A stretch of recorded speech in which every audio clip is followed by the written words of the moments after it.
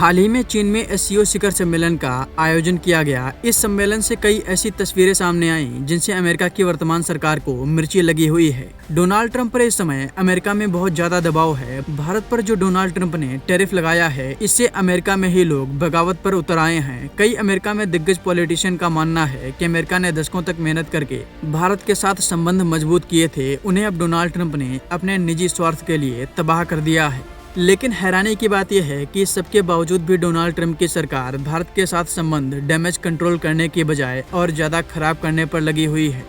Donald Trump की सरकार की तरफ से एक ऐसा बयान सामने आया है जो भारत ही नहीं बल्कि पूरी दुनिया में वायरल हो रहा है। ट्रंप सरकार की तरफ से किसने और क्या बोला है, चलिए आपको सब कुछ विस्तार में बताते हैं।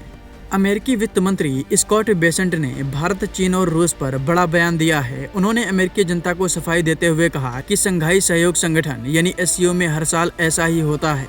ये सभी बुरे लोग हैं। भारत रूसी युद्ध को बढ़ावा दे रहा है। उन्होंने ये बातें फॉक्स न्यूज को दिए गए एक इंटरव्यू में कही हैं।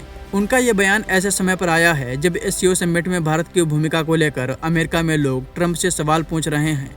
एक सवाल के जवाब में स्कॉट बेसेंट ने कहा कि भारत के पीएम मोदी और रूसी राष्ट्रपति व्लादिमीर पुतिन और चीनी राष्ट्रपति शी जिनपिंग के साथ हाल ही में हुई मुलाकात कोई चिंता की बात नहीं है। चीन में शंघाई सहयोग संगठन यानी एससीओ का एक नियमित आयोजन है जो सिर्फ दिखावा है। इसके साथ ही उन्होंने भारत, रूस और चीन को बैड एक्टर भी बता दिया। अमेरिकी वित्त मंत्री ने जोर देकर कहा, भारत दुनिया का सबसे अधिक आबादी वाला लोकतंत्र है। इसके मूल्य रूस की तुलना में हमारे और चीन के ज्यादा करीब हैं। उन्होंने भारत और चीन दोनों को बुरा करार देते हुए कहा कि देखिए, ये बुरे लोग हैं। भारत और चीन रूसी युद्ध तंत्र को बढ़ावा दे रहे हैं।